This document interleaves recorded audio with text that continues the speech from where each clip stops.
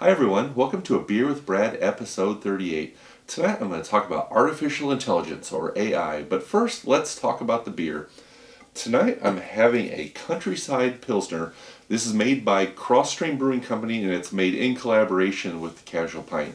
The Casual Pint is my neighborhood craft beer bar right up the street here, and it's in the Countryside Village, and that's why they're calling it the Countryside Pilsner. And they're even kind of using their play of the Countryside Village's tagline, which is a small town in the city. They're calling it a lager in the city.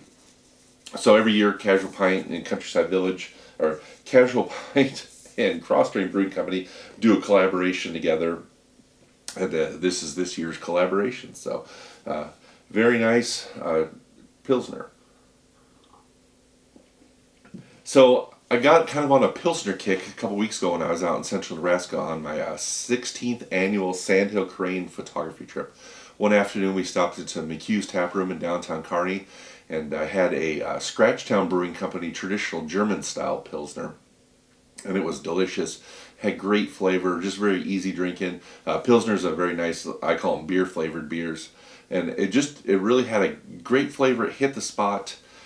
So when I got back to Omaha, I kind of looked around, and I knew that I had tasted this one when it first came out, and so I knew they still had plenty of it at the Casual Pint. I stopped by to pick that up for this video, and then when I was there, I found out that Kros Strain had also come out with a traditional Czech style Pilsner, and then next to that, or right by that, was this Lupulin collaboration with Kros Strain. And let me back up. This actually came from Wall to Wall Wine and Spirits. I did not see that at the Casual Pint, but this Lupulin Kros Strain collaboration beer is also a Pilsner. This is a West Coast style Pilsner. So the German style Pilsner and this Czech style Pilsner are a little more traditional. This Countryside Pilsner has a little bit more maybe a citrus or fruit flavor to it. And from what I've read on this Lupulin one, which I have not had yet, they're almost calling it like an IPL or Indian Pale Lager. So it's going to have a more of a hop, fruity flavor to it also. Lupulin is in Big Lake, Minnesota. We used to actually, when we were kids, we went up fishing a lot of years by Big Lake. So it's kind of cool to see a brewery that I really like in a place I'm familiar with, and then they did a collaboration with Kros Strain. So again tonight I'm having the Kros Strain Countryside Pilsner. So like I mentioned, I just got back from my Sandhill Crane photography trip, the 16th annual Sandhill Crane photography trip. I've gone every year for the last 16 years and spent anywhere between 1 and 5 days out there every year. This year was a 4-day trip. And the birds were awesome. They were everywhere. There were so many. The last estimate came in just under 500,000, and that's the third week in a row that the estimate has been near 500,000 Sandhill cranes. And they're calling this year a prolonged peak. Usually the greater Sandhill cranes arrive a little bit earlier. And they're more on the eastern half of the roost, and then a little bit later the lesser Sandhill cranes, they show up and they're on the western half of the roost, and then after that the whooping cranes start to come in. This year, they all kind of are there at the same time, and they're already counting 91 whooping cranes last week. So when I was out there, we failed to find any whooping cranes. I put a lot of miles on, kind of did some digging on the internet trying to find maybe where they were, and I put a lot of miles on trying to locate them. But 91 and whatever that is, it's a 60-mile stretch of river, and then you're talking 8-10 miles on both sides of the river. That's a pretty big area. Though the whooping cranes, whenever I've seen them, for the most part, have been right in by the river. So I don't think they go nearly as far out as the Sandhill cranes, or at least in my experience, I haven't seen them as far out. The weather was okay. Never got any really great sunrises or sunsets. And then on Sunday it was pretty gray and overcast and kind of a rain, sleet mixed. But overall, the temperatures weren't too bad. Of course, Nebraska, the wind was blowing, so I did shoot some video. I'm not sure how the audio on that video is going to be. I haven't really looked at it anything yet. I posted one picture from inside the blind on social media, but I haven't done anything with any of the photos or videos yet. So we'll see what happens. Yeah. Interesting note, last month was the 37th episode of Beer with Brad, and while I posted it on YouTube, of course, I also put it on my website, but I never put it on any social media. It's not on Twitter or Facebook. And that video last month got way more views than the last several before it where I had promoted it, so I kind of thought that was interesting. So if you were one of the people that only see, because I did have someone say, how come you didn't post a video last month? Well, I did. I guess I never put it on social media. So if you're one of the people that pick up the videos off of social media, you missed last month's where I talked about some other art I like to do. So go back, check that one out. I probably could link it here on the corner of the video too, and get you tied into it that way. And then one other thing before I talk about artificial intelligence is my car, Elmer the Element. I've had this Element for at least 10 years now. I've put almost 200,000 miles on it all by myself. I bought it. It was pretty low mileage when I bought it, and now it's at 240,000 miles.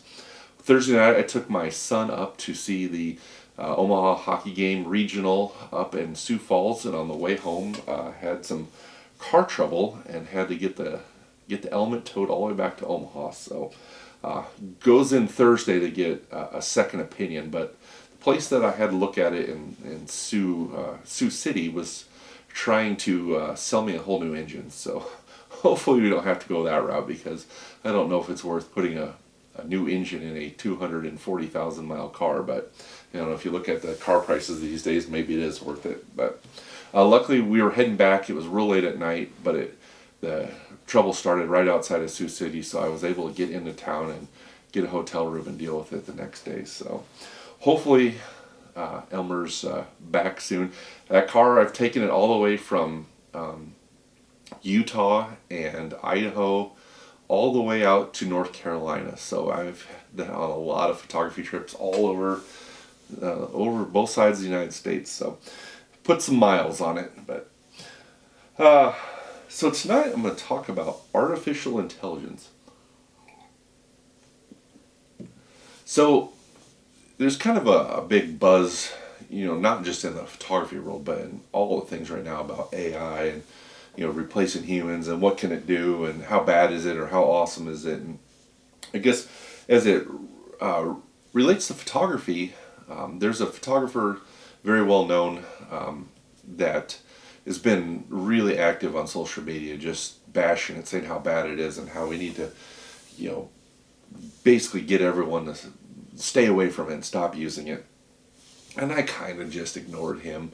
I mean, nothing against him, but I focus on my own photography. I ignore what everyone else is doing for the most part. I try to just, you know, it's my art. I want to do what I want to do, and so I kind of ignored that, but it's always been in the back of my mind just because AI is so prevalent. And then last week or the week before, I went to Timmy's Treehouse Print Studio, where Tim Wright, he prints a lot of my pictures, and he had a whole bunch of they were huge, like, I don't know, 30 by 42 or 40 by 60 pictures all printed. And he goes, check these out. And I was looking at them, and it's like, that's interesting. I thought maybe there was just some interesting processing or whatever. I mean, they look pretty good.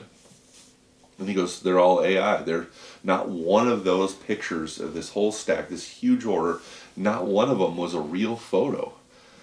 And it kind of hit me a little bit then, like, there were a lot of them were pictures that I've taken, or, you know, they're similar to pictures I've done or pictures I've taken, pictures I've sold, pictures I had at art fairs. So I was kind of like, well, that's kind of a bummer. Like, you know, basically taking away a sale from someone who goes out and creates their art and finds their art. And so it's kind of, I left there a little bit of a sour note, and nothing against, it was nothing that Tim did or anything. It was just kind of like, geez, that's kind of, I don't know, it's kind of disrespectful almost to the art. So fast forward to last night, and I've been doing a ton of commercial real estate photos lately, and I was having a real struggle. This one particular place I did, they had a lot of track lights in the ceiling, and there was weird shadows on the walls, and they were really annoying. Like they stuck out really bad. They were really annoying, and I couldn't get, you know, Photoshop has had the content aware fill, where you circle what you want to remove, and then it reads everything around that and tries to fill in with the things around it. And it wasn't looking right. It was struggling. And so then I actually sat there and I learned how to use the AI in Photoshop, the generative fill. And so basically I circled the area of the picture that I didn't like. I circled that shadow and a little bit bigger area around it. And in the AI generation box or whatever, I typed in remove shadow and I hit enter, and the little taskbar comes up for about 5 seconds, and then like that wall was perfect. You could never tell there was a shadow there, and I was like, oh, this is pretty cool. This is some interesting technology here. So I did it a few more times, and every single time. And when you do the AI generative fill, it brings up like 3 different selections. So, if it not quite sure how to do it or wants to give you some options, and then you can click on each one of them, see what it does to the picture in real time. And it was just nailing these one after another after another. It was like perfect. So then I went to the next, this particular project was an apartment complex. So I went to a different unit in the complex, and I noticed on the picture, you can see here, that there's a large dent in the bottom refrigerator and 3 smaller dents. It was supposed to be a brand new refrigerator. It was one of the reasons I was photographing this unit, was because it had a brand new all stainless steel appliances. So I grabbed the lasso tool and I circled the dents, and I just typed in the AI box, remove dents, and same thing. 5-10 seconds later, it pops up with 3 options, and it removed the dents perfectly. And so the stainless steel, that kind of has a curved front, just enough of a curved front that you really only notice if you pay attention to like the lights and the shadows and how they move around it. I mean, it fixed every single line and shadow on the front of that fridge. Absolutely amazing. So then I did that on a few more, and then, as some of you following me on social media, I make fun of every once in a while I'll take a picture and then not realize that you can see my own reflection, either like in the refrigerator or in the microwave or in the oven, something like that. So I got to a picture where I realized that you could see my face and camera and everything in the microwave. So I put a box around the microwave and I put remove reflection. And it was perfect. I mean, I don't even know what it put there. It was like it looked like it was a background of a room, but you couldn't tell exactly what it was. It was just perfect. So as much as I was 2 weeks ago hating on the AI technology, by the end of last night, I was loving it. I was like, this is the best thing ever.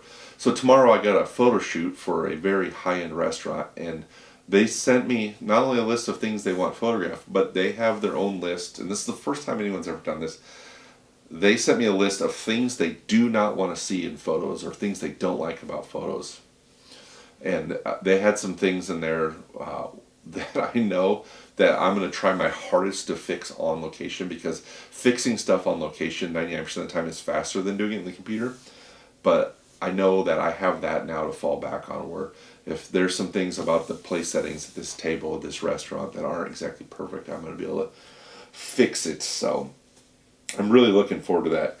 So then this morning, I'm sitting there at work, working away, and I get a text from my buddy Josh, and he sends me the latest Peter Lick moon picture. And those of you who don't follow Peter Lick, he does some crazy pictures that he claims are 100% real. Whether they're real or not, I don't know. But there's a lot of photographers out there that will debate why they're fake. But usually they revolve around a gigantic moon with some kind of element in the foreground, whether it be a tree branch, a rock, a hill, whatnot. And in theory, if you could get far enough away from the subject and have the moon rising behind it with a really, really, really long telephoto lens, yes, you could do it. Could you do it without a composite where everything is as tech sharp as they are in his photos? I don't know. But I also think they're kind of a gimmick, and like I said before, that they're I'm not really into the gimmicks. I'd rather just make a cool photo that I enjoyed creating. Not only that I enjoyed looking at, but I enjoyed that I created. But it was funny because I just happened to have Photoshop open at work, and I was working on a playground photo that I had just recently taken, and I just drew a big old circle in the sky right behind the playground equipment, and I typed in the AI box, huge full moon, hit enter, and like 5 seconds later, I had this gigantic moon that it looked. I mean, obviously, we all know it's not realistic because you'll never see the moon that big. But as far as the right color, the right amount of haze to it, the right amount of blues in the shadows, stuff like that, it was perfect. It was absolutely perfect, and it like worked it right in and around the trees and the playground equipment, everything. And so I just saved that and sent it to myself. And I texted it back to Josh, and he got a pretty good laugh out of that. So if you want to make great big fake moon photos, check out the AI generation on Photoshop. So that's about it for this month. Like I said, it's been busy. I've been shooting a lot of commercial properties lately. I got a restaurant tomorrow. It's just been a busy few weeks. And then mix that in with the crane trip, the car trouble, the hockey, and everything else. It's kind of, March flew by. I couldn't believe that. I looked at the calendar and I was like, I better record Beer with Brad tonight because I'm not going to have much time before Thursday when it comes out. So, but I hope you enjoyed another episode. Again, if you have any suggestions or any comments, feel free to leave them down below or shoot me an email. My email address is brad@bradwilliamsphotography.com. Always open to suggestions. So, but once again, I really thank everyone for tuning in, and I'll see you again next month.